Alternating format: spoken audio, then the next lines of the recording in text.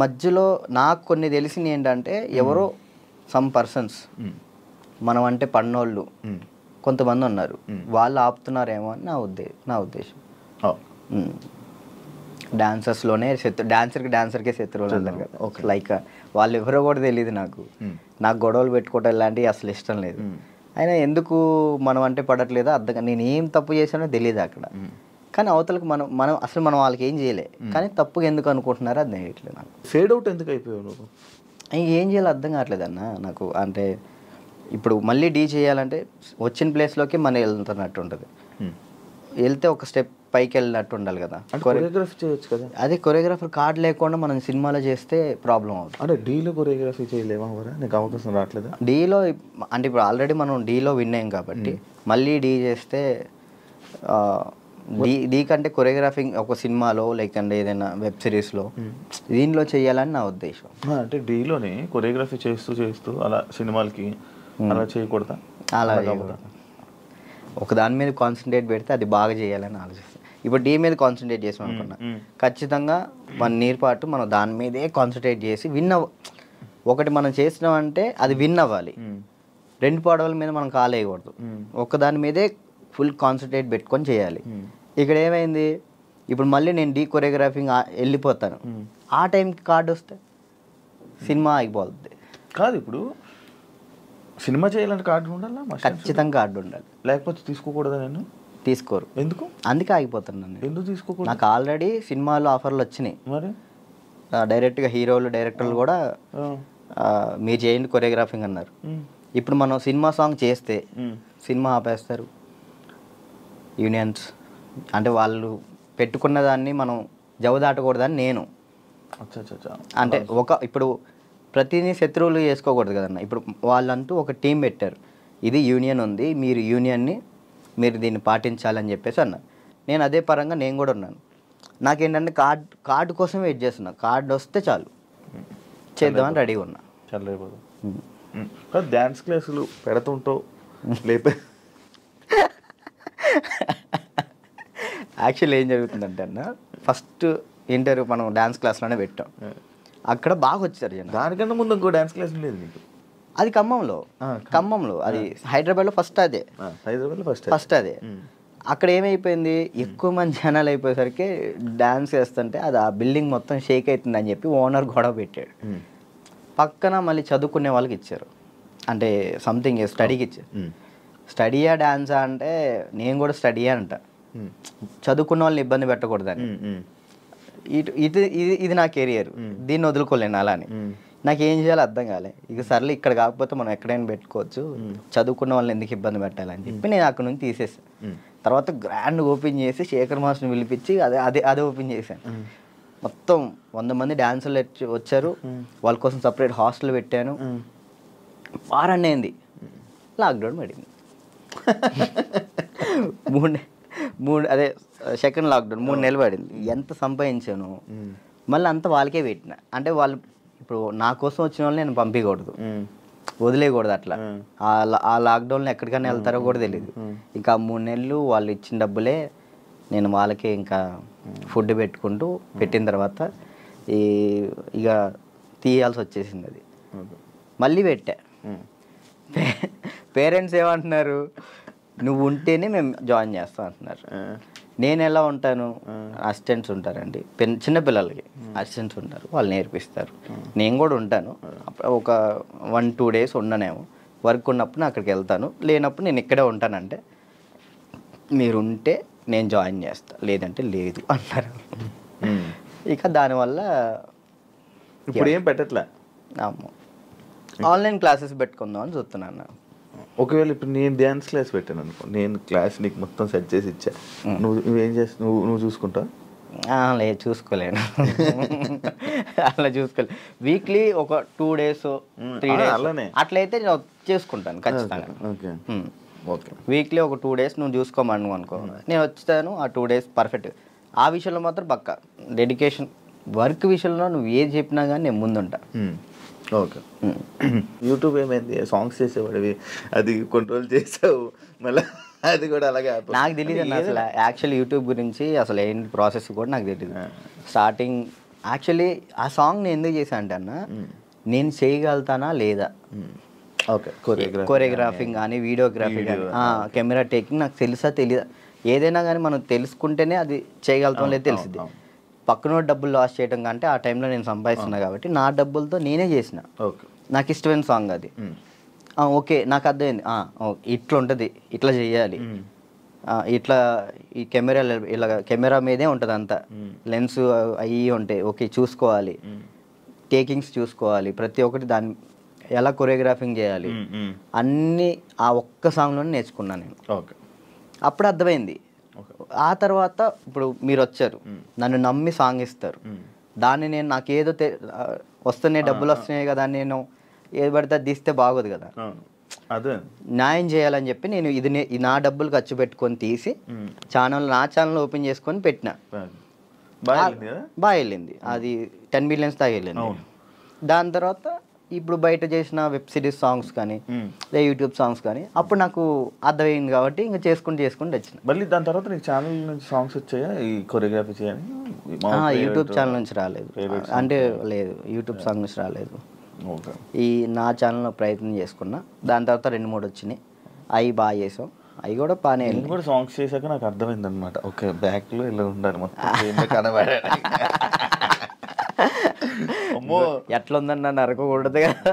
నరకం కాదు అసలు, అది ఈ 2 ఎగిరిపోయేవి, నల్ల అయిపోయేవాడిని.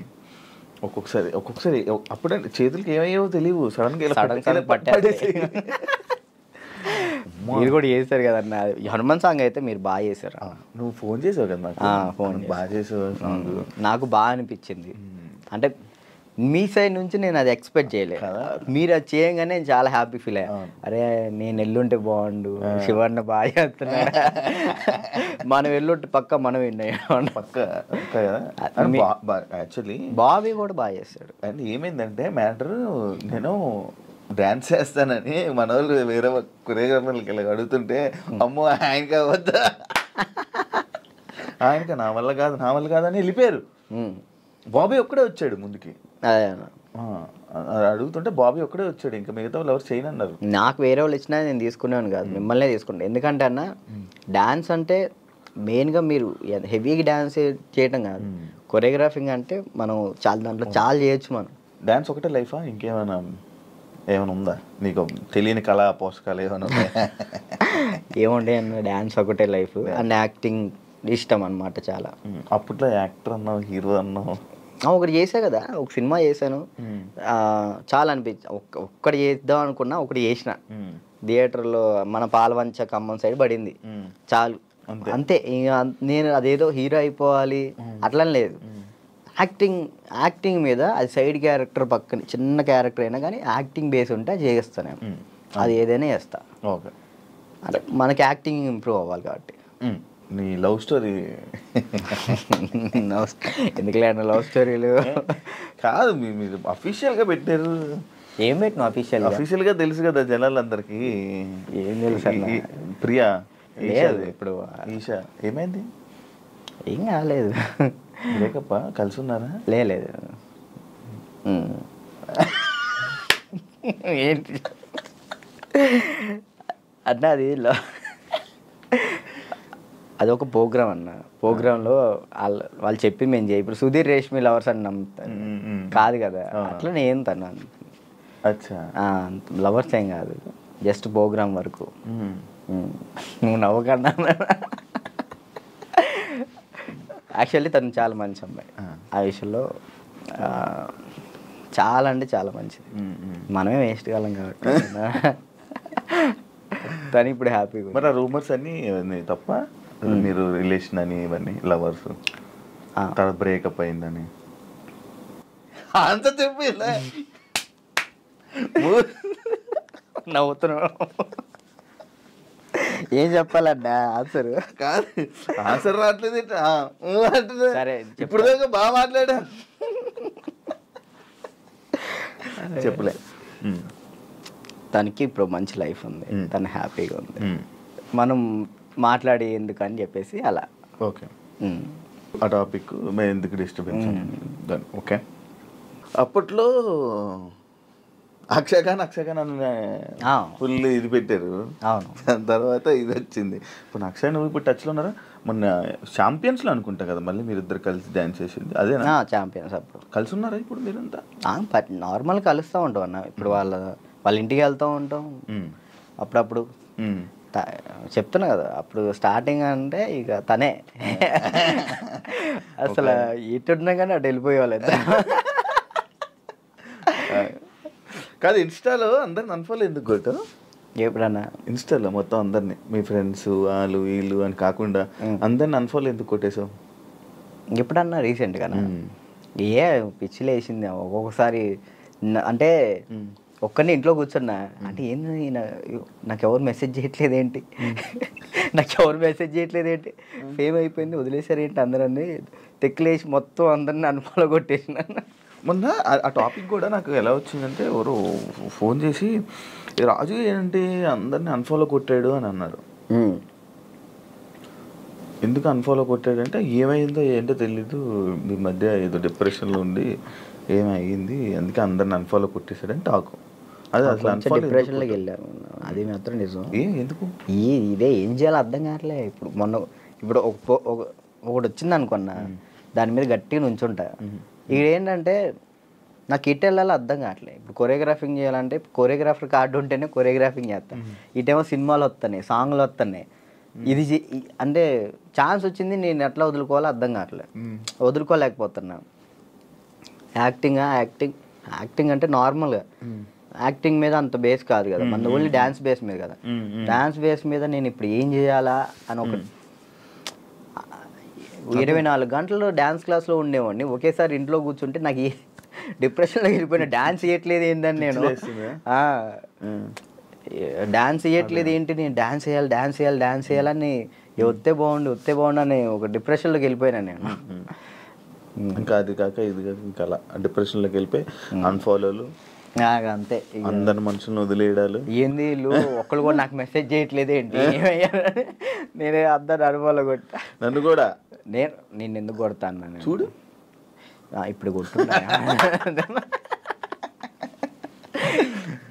కాదు అప్పట్లో ప్రాంక్స్ అవన్నీ వచ్చాయి, లవ్ ప్రాంక్లు అవన్నీ నువ్వు కావాలని చేసినవా? లేదన్న ప్రాంక్ నాకు దొరికేస్తారు వాళ్ళు చిన్నపిల్లలు, వాళ్ళు ఇక్కడ దాకా ప్రొడ్యూసింగ్. దానివల్ల ఏమైనా నువ్వు కొంచెం తగ్గిందా నీ వాల్యూ అన్నీ తగ్గడం అలాంటివి ఏమైనా జరిగాయి? నాకు తెలియని కూడా తెలియదు అసలు. ప్రీ ప్లాన్ ప్రాంక్స్ కదా అవి వాళ్ళు ప్రీ ప్లాన్ చేసుకున్నారు వాళ్ళు మొత్తం. ఎందుకు చేసావు అవి? నాకు తెలియదు అసలు వాళ్ళు చేశారని. ఎప్పుడు తెలిసింది? వాళ్ళు ఆల్రెడీ స్టార్ట్ చేసింది సగంలో తెలిసింది. వీళ్ళు జరుగు అటు జరుగు అంటే అర్థం కదా మన కెమెరా ముందలు పెట్టాడని అన్నప్పుడు సర్లే పెట్టారు కదా ఇప్పుడు దొరికేస్తే బాగోదని కావాలని యాక్ట్ చేసి నేను కూడా కవర్ చేసి మనసులో అన్ని పెట్టేసి అది తప్పదు కదా. ఓకే పెళ్ళి ఎప్పుడు? ఎందుకులే నీకైందన్న? లేదు కాదు మామూలు పెళ్ళి అంటే నాకు ఒక ఇన్ఫర్మేషన్ వచ్చింది అందుకే. లేదు మరదల్ని ఎప్పుడు పెళ్లి చేసుకుంటారంట? లేదన్న ఇప్పుడే లేదు, మనకి ఇంకా టైం ఉంది. ముందు నాకేంటంటే మెయిన్ గోల్ సెట్ అవ్వాలి. మన సెట్ కాకుండా ఒక అమ్మాయి మన ఇంటికి తీసుకొచ్చి మనకున్న ప్రాబ్లమ్స్ కూడా ఆమె పెట్టేదానికంటే మనం సెట్ అయ్యి అమ్మాయిని తెచ్చుకోవడం కరెక్ట్ కదా అని. మరదల పెళ్ళి రైట్ అని నిజమేనా? లేదన్న అలాంటిది ఏం లేదు. మా మమ్మీ ఇప్పుడు ఫ్యామిలీ వాళ్ళు ఇప్పుడు ఎలాగని మమ్మీ వాళ్ళు అనుకుంటారు కదా ఏమికి ఇచ్చి చేద్దాం ఆమెకి ఇచ్చి చేద్దాం అని, అట్లా మా మరదలకి ఇచ్చి చేద్దామని మా మమ్మీ అనుకుంటుంది, అందరికీ చెప్పుకుంటుంది. అది లవ్ మ్యారేజ్ కాదన్న, అరేంజ్ చేసుకుంటా. ఎందుకు? లవ్ కమ్ అరేంజ్ చేసుకుంటా. బానే ఎవరున్నారు? లేదు ఇంకా చూసుకుంటున్నారు. నేను మెసేజ్ చేయమందామా? వద్దులేండి, ముందు సెట్ అవ్వాలి ఆ తర్వాత సెట్. నీకు ఏదో ప్రాబ్లం ఉంది, అప్పుడప్పుడు పెయిన్ వస్తూ ప్రాబ్లం అవుతుంది, ఏంటది? నీకేమని చెప్తారన్న?